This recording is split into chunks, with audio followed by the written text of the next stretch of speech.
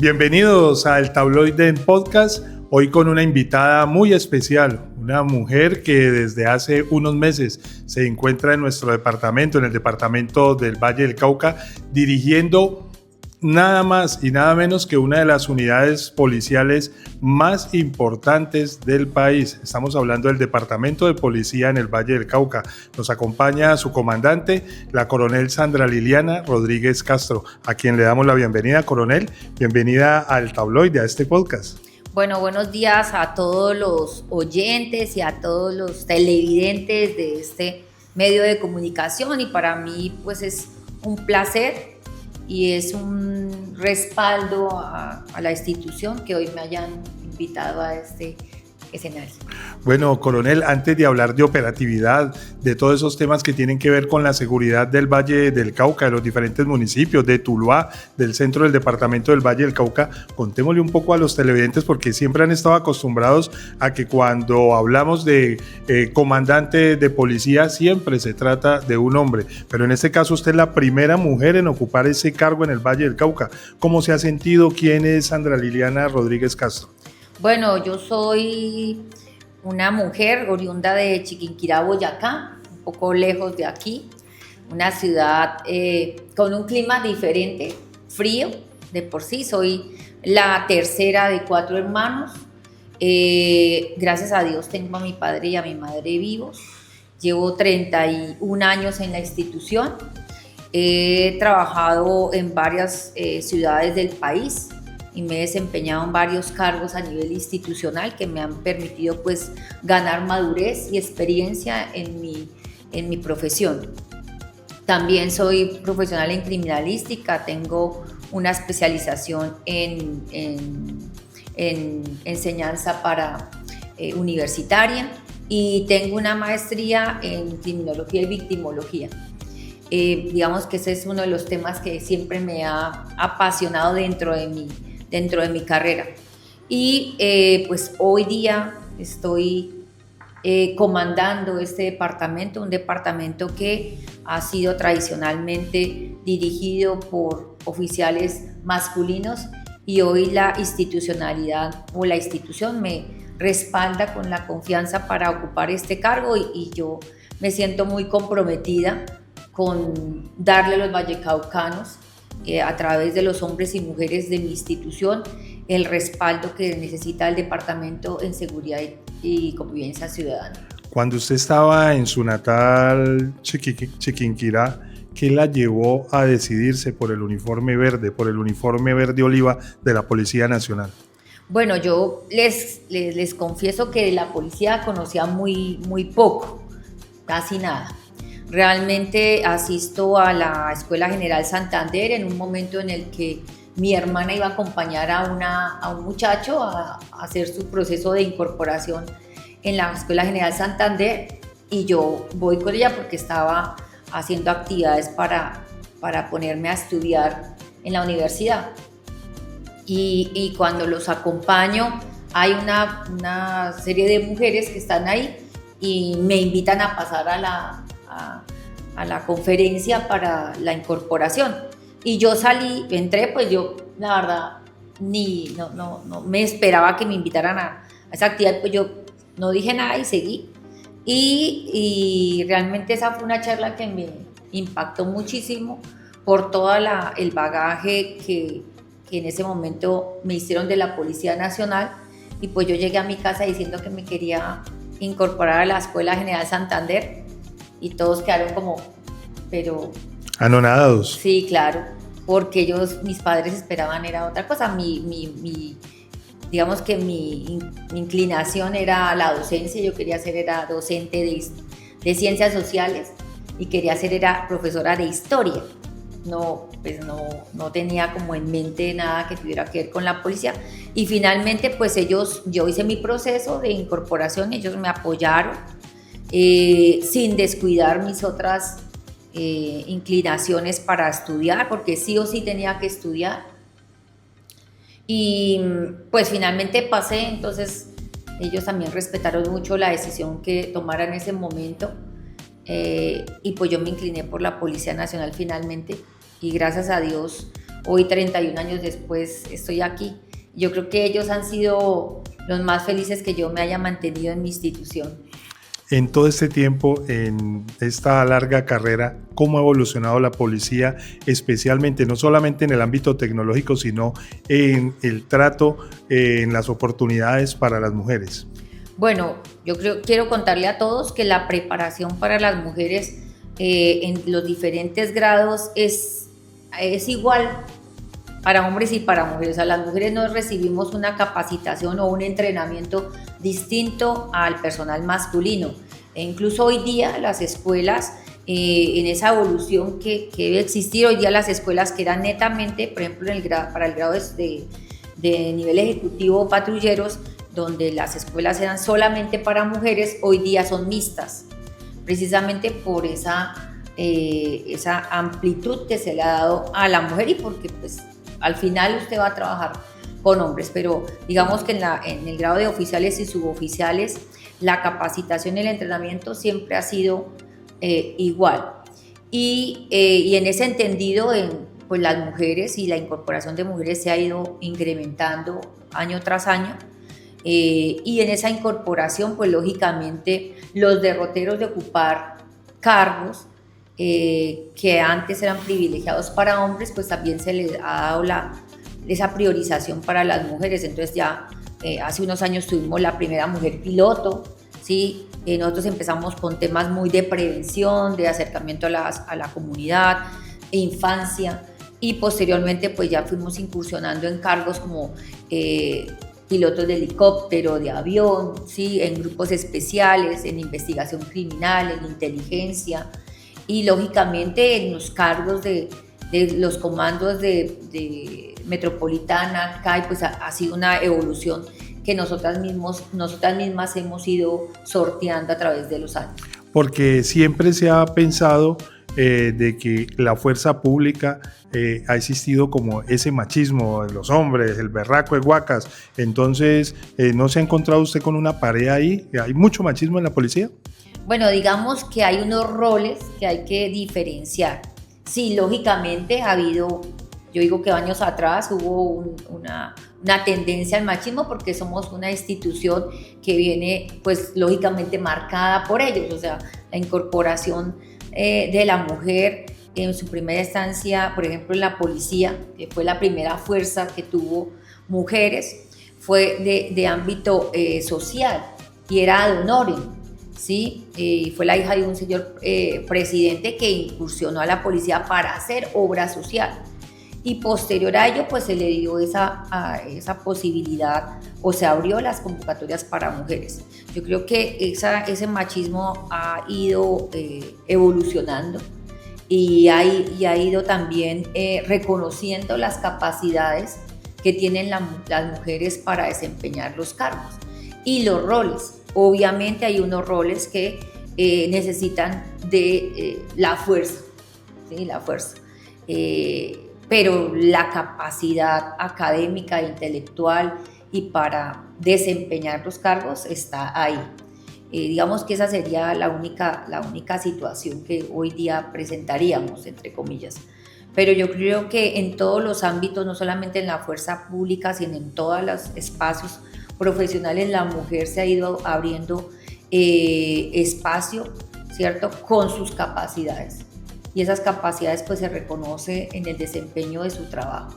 Y cuando ese trabajo se hace bien, pues ahí estamos nosotras también para hacerlo muchísimo mejor. Un premio en su carrera, a ver que la hayan designado, la hayan nombrado como comandante de la policía en el Valle del Cauca, y qué se encontró al llegar. Se han cubierto sus expectativas, además un departamento que tiene al frente una gobernadora.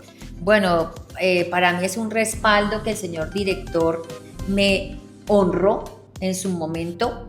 Mi hija Triana, cuando me notifica de recibir el departamento, para mí es eso, un respaldo precisamente a los años de trayectoria y más que demostrar las capacidades, a liderar un departamento que ha tenido unas conflictividades complejas, pero que se ha sabido soportar en su fuerza pública y que ha salido avante de todas las situaciones que ha presentado el departamento. Y mucho más cuando conozco a la señora gobernadora, porque es una mujer, primero, incesante en su trabajo, es incansable. Es una mujer que conoce el departamento hasta el último rincón del departamento, lo conoce ella. Conoce a su gente, que también es muy importante cuando yo la acompaño a ciertos escenarios, como la gente la respalda. Pero además de eso, el respaldo que le ha dado a la mujer en cada uno de sus escenarios y en el transcurso de su vida, como referente en el departamento para muchísimas vallecaucanas, lo que ella ha hecho en su carrera. Entonces son referentes que uno empieza a revisar y también a aprender de ellas. Y lógicamente lo que me ha dado la posibilidad de fortalecer en el trabajo de la seguridad y convivencia ciudadana en el departamento ha sido conocer todo el engranaje administrativo e institucional que tiene la gobernación del Valle del Cauca para fortalecer los procesos sociales que redundan directamente en la seguridad ciudadana. Sin el componente social, esa infraestructura social que debe existir en los territorios, la seguridad ciudadana, pues lógicamente la seguridad no se construye a sola fuerza. La seguridad se construye con inversión social, con inversión en infraestructura, ¿sí? Con posibilidades para los jóvenes, para los muchachos, ¿sí? Y eso creo que ha redundado en que hoy día tengamos mejores resultados en seguridad, ¿sí? Y que la gente de igual manera reconozca a la fuerza pública, no solamente a la Policía Nacional. Lógicamente, pues nosotros somos los que en mayor contacto tenemos con los ciudadanos, pero que la gente reconozca el trabajo constante que se hace para que las condiciones de seguridad en el departamento se fortalezcan. En ese orden de ideas, coronel, pues el departamento tiene unos retos, como usted lo acaba de decir, pues unos retos que son históricos, pero hace unos días la gobernación del Valle del Cauca y ustedes como comando de policía en el Valle del Cauca dieron a conocer unas cifras en las que dicen que el homicidio en los municipios que están bajo la jurisdicción del comando de policía en el Valle del Cauca han disminuido en un 3% con relación al primer semestre de 2024. En este 2025 han disminuido en un 3%, al igual que otros delitos de alto impacto que han disminuido ostensiblemente. Pero la gente se pregunta, muchas de las personas que a esta hora precisamente nos están viendo dicen, bueno, pero es que hay municipios que tienen una racha criminal muy grande, ¿cómo así que la gobernación y la policía Valle dicen que el homicidio ha ido disminuyendo? Bueno, hay que tener en cuenta que el departamento del Valle del Cauca está conformado por unos municipios con una densidad alta de población y otras menos población. La tasa de homicidios se mide por la tasa de habitantes del departamento. Y en esa evaluación que se hace del primer semestre, efectivamente, los homicidios por la tasa de habitantes y por la frecuencia se han disminuido en el departamento. Y la gente se preguntará que por qué es tan importante la tasa de homicidios. Hay que recordar que ese es el ítem que mide a cualquier país a nivel mundial, ¿cierto?, para la inversión económica. Y eso es un baluarte que debemos de proteger todos, absolutamente todos. ¿Para qué? Para que la economía fluya, para que la inversión económica fluya, para que el trabajo fluya, para que el resorte económico que sustenta al país crezca. Y eso se hace, lo hablamos ahora, a través de ¿qué? Del trabajo constante y permanente de los buenos ciudadanos que hacemos parte de este país, para que este país se fortalezca a través de la economía y del ámbito social. O sea, la buena confraternidad entre los ciudadanos, la buena convivencia entre los ciudadanos hace que un país crezca y que lógicamente sus índices de inseguridad disminuyan. En ese entendido, pues en lo social que nos atiende a la policía, pues cada vez que un buen ciudadano trabaja bien y hace que al país le vaya bien, es un ciudadano que aporta a la seguridad. Y es un ciudadano que aporta en la seguridad en positivo, es un ciudadano que nos ayuda con información, es un ciudadano que llama a la policía oportunamente para prevenir un caso, es un ciudadano que hace parte de las redes de apoyo, es un ciudadano que hace parte del tejido social, y ese ciudadano hace un voto positivo, y esos votos positivos son muchísimos más, y yo creo que de ahí que esa unión entre los programas de la gobernación de Antioquia, dígase, pues liderado por la señora gobernadora, sus alcaldes, sí, la ciudadanía y la fuerza pública, en este caso, en mi caso, con la Policía Nacional, hacemos lo que llamamos el trinomio de la seguridad, y que ha permitido la reducción especialmente del homicidio. Esperamos seguir disminuyendo este ítem, y pues lógicamente esos otros delitos que también afectan al ciudadano como son el hurto. El hurto es uno de los delitos que más afecta al ciudadano. ¿Por qué? Porque es que llega un delincuente, un actor criminal, un bandido, a hurtarle el celular, el reloj, la billetera, la moto. La moto, sí, su carro. Y pues es un patrimonio que él ha construido con su trabajo, para que un delincuente que no quiere trabajar, que quiere hacer las cosas fáciles, ¿cierto?, le termine sustrayendo ese patrimonio que él con el buen trabajo ha construido. Y ese es el derrotero también que tenemos: disminuir los delitos del hurto en todas sus modalidades, porque afectan directamente el patrimonio de las personas que lo han construido y que lo tienen por su trabajo. En ese caso, para la reducción de esos hurtos, debe haber un trabajo preventivo, lógicamente, pero cuando se presentan los casos de hurto que muchas veces vemos en videos de vigilancia que se publican en redes sociales, ¿cómo es la respuesta de la policía? Porque, las redes sociales dicen muchas cosas, pero la gente siempre se ha quejado porque dicen, llama uno a la línea de emergencia 123 y no contestan, llama uno al cuadrante y no contestan, se demoran en llegar. ¿Qué decirle a los ciudadanos precisamente frente a ese tema, la respuesta oportuna de las distintas patrullas? Bueno, hay que explicarle a los oyentes. La línea 123 tiene unas llamadas que ingresan, ¿cierto? Y tiene un despachador. Y en esa medida que van llegando los casos, se van despachando.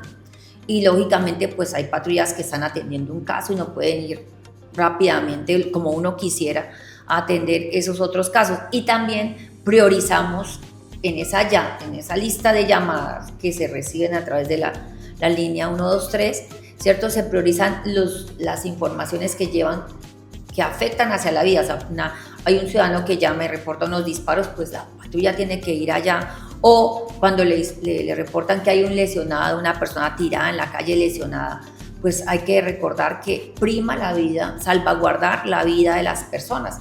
Muchas de las patrullas, en el momento en que ingresa una llamada, por ejemplo, por hurto o por otra situación, están conociendo los otros casos.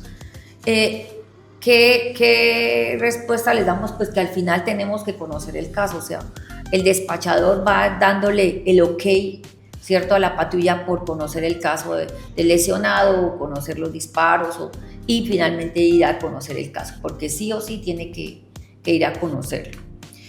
Cuando se han cometido los casos de hurto y que los tenemos por conocimiento de redes sociales, pues hay un equipo de investigación criminal que se encarga de reunir esos videos y mirar qué material probatorio puede tener, ¿cierto?, para poder iniciar de oficio una investigación.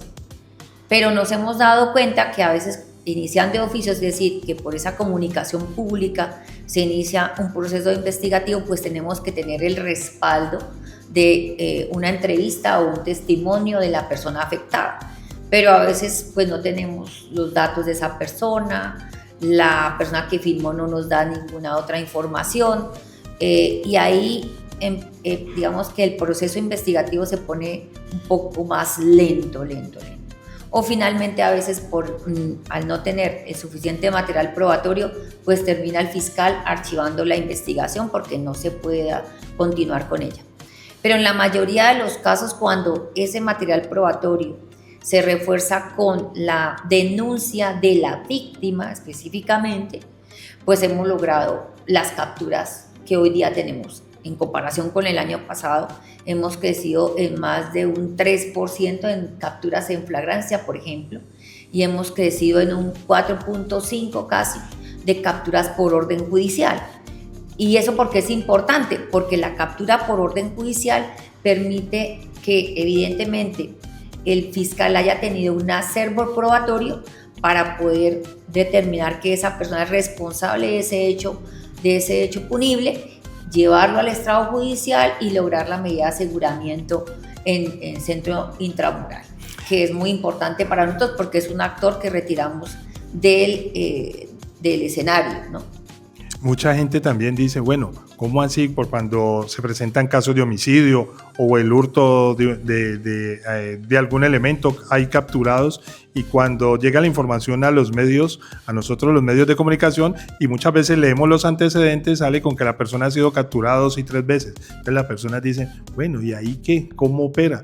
Podría pensar uno, hay un desgaste en la policía capturar a un mismo sujeto, a un mismo delincuente 3, 4, 5 veces. Bueno, hay que recordarle a la ciudadanía que pues nosotros tenemos un sistema penal que también garantiza los derechos del capturado. Y cuando va a audiencia, pues es el juez, ¿sí? Pasa la etapa probatoria y de acusación, donde el fiscal, ¿cierto?, lo acusa frente al juez, y finalmente la medida la toma el juez en audiencia. Y en ese proceso el juez puede determinar si esa persona se queda con una medida intramural o no. Y finalmente, si esa persona, ese delincuente o esa persona que está siendo imputada por una acción penal o un delito, se mantiene con una sentencia condenatoria en centro carcelario, o definitivamente no mantiene una medida intramural, pero sigue en el proceso, ¿sí? Y entonces muchos de estas personas, de estos delincuentes, se allanan a cargos, buena conducta, bueno, en fin, una serie de atenuantes que finalmente la ley así también lo establece, y que la autoridad competente determina si se quedan con medida intramural o no, y si se lleva a sentencia condenatoria o no. En el caso del municipio de Trujillo, en el centro del Valle, hablando ya del centro del Valle de nuestra región, se han presentado algunos hechos violentos en la zona montañosa. Muchas veces sus habitantes pues dicen que no hay pronunciamiento ni de las autoridades locales ni tampoco de las autoridades departamentales frente a esos hechos de violencia que ocurren en esa zona limítrofe, que es un corredor, municipio de Trujillo, Río Frío y Bolívar, en la zona montañosa. ¿Qué decirle a los habitantes? ¿Cómo está trabajando la fuerza pública en esa zona? Bueno, una vez la fuerza pública conoce de estos hechos que afectan hacia la vida, lo primero que iniciamos es activar todo el aparato investigativo con el fin de dar con los responsables de estos hechos, determinar cuáles son los móviles en estos corredores, que generalmente se tratan de actores que han pertenecido o están haciendo parte de grupos delincuenciales de la zona, y que por enfrentamientos o por enfrentamientos por el territorio, específicamente por el tráfico de estupefacientes, se han dado allí. Y de otra manera, pues también hay que tener en cuenta que hay unos grupos al margen de la ley que también operan allí a través, pues específicamente para el control territorial. Y en ese sentido, pues nosotros también iniciamos esas actividades que nos permitan, uno, controlar ese control territorial que quieren ganarse esos actores criminales, en conjunto con el ejército, ¿cierto? E inteligencia del ejército, para que esos grupos subversivos no lleguen a permear los municipios. Y con estos otros actores que hacen parte de estructuras delincuenciales dedicadas al microtráfico, pues iniciamos también actividades investigativas que logren precisamente desmantelar estas bandas que allí operan en el municipio y que finalmente dejan en esa confrontación personas que pierden la vida en esta confrontación. Paradójicamente, Tuluá ha sido uno de los pocos municipios del departamento del Valle del Cauca que en el primer semestre del año ha mostrado un leve incremento en el índice de homicidios frente al primer semestre de 2024, a pesar de que ha sido objeto de intervención policial. ¿Qué le podemos decir a los tulueños? Bueno, nosotros en el digamos que los 4 primeros meses del año, Tuluá tuvo una situación compleja en el tema del homicidio, tanto urbano como rural. Les podría decir que en este momento Tuluá viene con una tendencia a la baja en el tema del homicidio, especialmente el homicidio urbano, donde se ha hecho muchísima contención con las intervenciones, pero también se ha dado unos fuertes golpes a las estructuras criminales que venían afectando al municipio de Tuluá, y que con la fuerza pública, específicamente con el ejército, también hemos dado unos golpes muy asertivos en materia en el tema rural. Y lo que esperamos es que esta frecuencia a la baja se mantenga para que en el trayecto de los 5 meses que quedan del año, Tuluá salga de ese rango de pérdida del homicidio.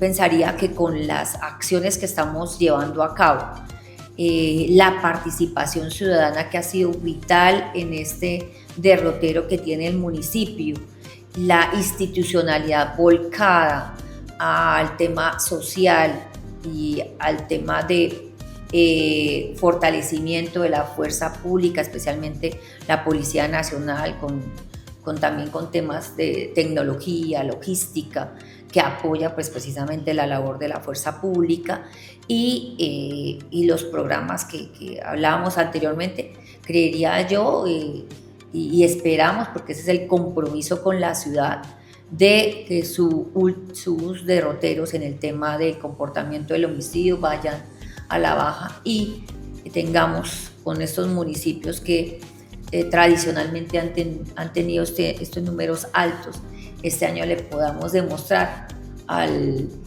país que los municipios como Tuluá, Cartago, Buenaventura y Palmira son municipios que el buen trabajo de los ciudadanos, el buen trabajo de la administración municipal, el buen trabajo de la gobernación y lógicamente de su fuerza pública dan los resultados que todo el mundo espera en seguridad y convivencia ciudadana. En la zona montañosa del centro del valle, especialmente aquí en el municipio de Tuluá, pues se han presentado en los últimos, no solamente este semestre, sino los últimos años prácticamente, pues muchos homicidios.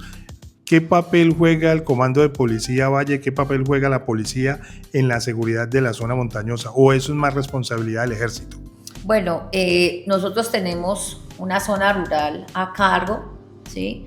Iríamos hasta Ceilán en materia de seguridad, y lógicamente tenemos el respaldo de la brigada con el ejército ya en la zona montañosa, y cuando requerimos de operaciones conjuntas, porque hay una información ciudadana que se trabaja en materia rural, ¿cierto? Y que nos da pues los derroteros para poder ir tras estos delincuentes.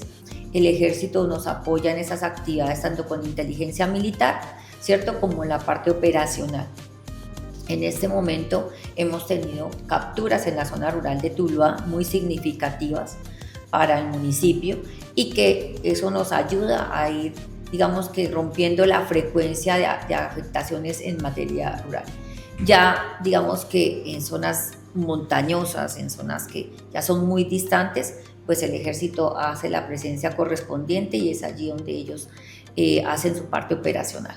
¿Qué decirle a los ciudadanos que muchas veces se quejan cuando ocurren esos hechos violentos o ocurre alguna situación, un hurto, y lee uno los comentarios en redes sociales? No, es que como se la pasan chateando, y muchas veces la gente tiene esa percepción de que es que el policía, especialmente quien va cuando van en una motocicleta, va a la patrulla, el que va de parrillero va chateando, pero resulta que ustedes tienen es un aparato tecnológico que permite que uno cree que está chateando, o en efecto está chateando, pero no con ningún familiar ni en redes sociales, sino que son temas operativos muchas veces. Bueno, en la mayoría de ocasiones la gente se queja por el uso del celular. Sí, al interior de la policía hemos hecho unas campañas masivas para digamos que minimizar la utilización de elementos distractores en el servicio, ¿sí? Porque el policía debe estar enfocado durante su turno a la prestación del servicio. Es una tarea ardua porque hoy día todo el mundo quiere estar conectado con estas herramientas, pero la policía tiene una herramienta tecnológica que se llama PDA, ¿sí? Que es un dispositivo móvil, es un celular común y corriente, ¿cierto? Que tiene unas aplicaciones de información en línea en su celular. Entonces esos sistemas tecnológicos permiten al policía consultar consultar placas, consultar números de cédula, consultar email del celular, ¿cierto? A través de ese dispositivo electrónico denominado PDA. Y muchas veces cuando los ven, ¿cierto? En este celular, pues lógicamente las personas piensan que están con un celular y efectivamente están consultando, cuando están haciendo el patrullaje, por ejemplo, están revisando temas como, por ejemplo, las placas de los vehículos o de las motocicletas. Coronel, hay otro tema que es importante y ha publicado en estos días la Gobernación del Valle del Cauca, y es precisamente creo que el día anterior, y es que los casos de feminicidio en el departamento también disminuyeron ostensiblemente en el primer semestre con relación al 2024, pero igual, así sea una sola mujer asesinada, una persona, pues es un hecho lamentable. ¿Se pueden prevenir los casos de feminicidio? O sea, ¿ustedes como policía pueden prevenir esos casos o es muy difícil? ¿Cuál sería esa recomendación para las mujeres que están acosadas, que están siendo amenazadas por sus exparejas sentimentales? Bueno, lo primero es para todas las mujeres que se acerquen a toda la oferta interinstitucional que se tiene desplegada en todos los municipios para atender la violencia intrafamiliar y sobre todo la violencia hacia la mujer. Si bien es cierto, hemos disminuido en la repetición de este tipo de casos, ¿sí? No se debería presentar ningún tipo de agresión hacia la mujer, ninguno. Pero allí también tenemos un trabajo todos y especialmente pues aquellas personas o aquellas mujeres que se sienten vulneradas, recordarles que hay esa oferta, esos profesionales a los cuales pueden acudir, ¿cierto? La policía tiene unas patrullas púrpura a las cuales pueden también acudir, ¿cierto? Y se les prestará toda la orientación y la protección frente a casos de violencia hacia la mujer. Cualquier ciudadano también puede informar y denunciar un atropello hacia una mujer, ¿cierto? A veces nos damos cuenta de ciertas escenas, ¿cierto? Que se podrían evitar si la persona coge el teléfono y llama, ¿cierto? Si va y apoya a esa mujer que está siendo golpeada o violentada en su momento. Y de esa manera podríamos prevenir esos casos de feminicidio. ¿Por qué? Porque la mayoría se presenta al interior de los inmuebles y ahí nosotros no podemos pues darnos cuenta si no hay una persona cercana o si la misma víctima no se acerca a la institucionalidad y nos informa para poder activar toda la protección que existe hoy día para los casos de violencia hacia la mujer. Yo os invito a todas las mujeres a acercarse a los programas de atención hacia toda la violencia, especialmente de la mujer. Hoy día también hay hombres violentados en menos cantidad, pero pues también ayer mirábamos que hay, ¿cierto? En violencia, bueno, no tanto en violencia física, pero sí en violencia psicológica, pero sí nos llamaba la atención que tenemos casos de violencia hacia los hombres. Pero aquí pero sigue siendo las mujeres el gran grueso de esta acción. Y yo las invito a todas a que asistan a toda la infraestructura que existe en salud, economía, para las mujeres, porque también cuando usted no tiene ningún tipo de dependencia hacia esa otra persona, logra salir de esa red que la envuelve, ¿no? Cuando usted tiene independencia económica, cuando tiene independencia laboral, cuando tiene independencia personal, ¿sí? Logra salir de toda afectación que vulnere su integridad física y psicológica. Coronel, hay unas cifras que respaldan el trabajo que está realizando la policía, en este caso el componente de tránsito y transportes. Van a batir récord ustedes con incautación de marihuana y alucinógenos en carreteras del departamento del Valle del Cauca. ¿Cuántas toneladas? No sé si tiene la cifra de cuántas toneladas tiene incautadas este año, en el caso, por ejemplo, de la marihuana. Bueno, llevamos más de 26.000 toneladas de marihuana incautada en esta estrategia de corredores viales seguros, ¿sí? Donde obviamente la seccional de tránsito y transporte tiene la mayoría de incautación de este estupefaciente, y esto es una acción que debilita el componente económico de todas las estructuras criminales dedicadas al microtráfico. Y ese microtráfico se incauta, se destruye, y lógicamente es un dinero que deja de percibir esos actores criminales.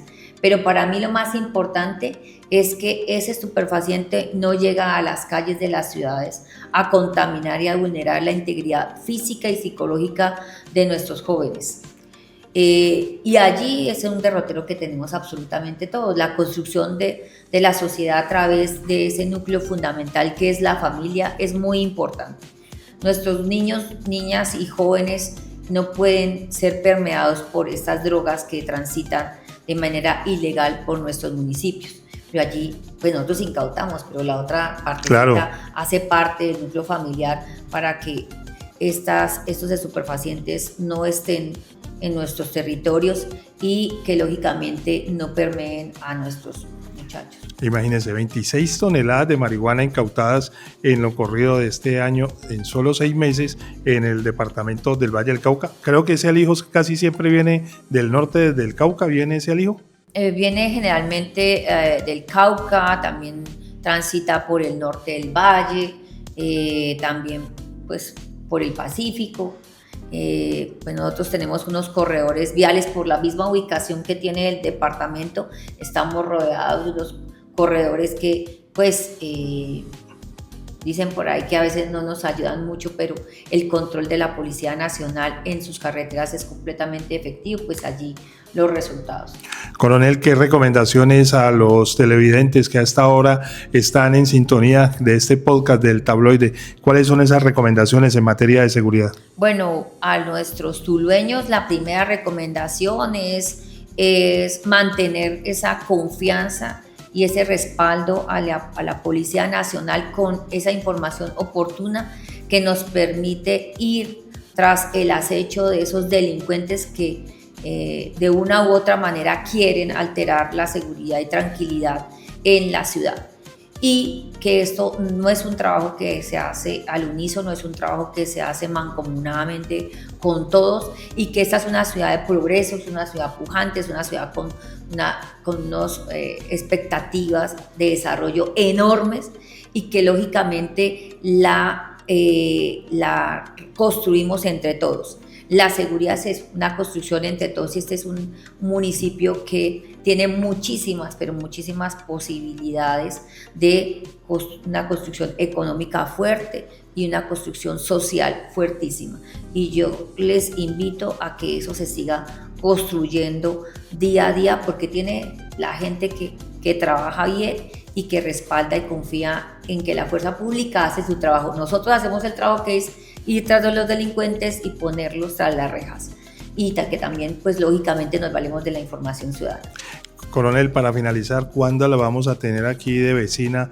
Porque la gobernadora anunció que el comando de la Policía Valle sería trasladado a la ciudad de Buga. Bueno, digamos que la primera etapa del comando del departamento ubicado en Buga ya se trasladó, esa primera parte ya está instalada.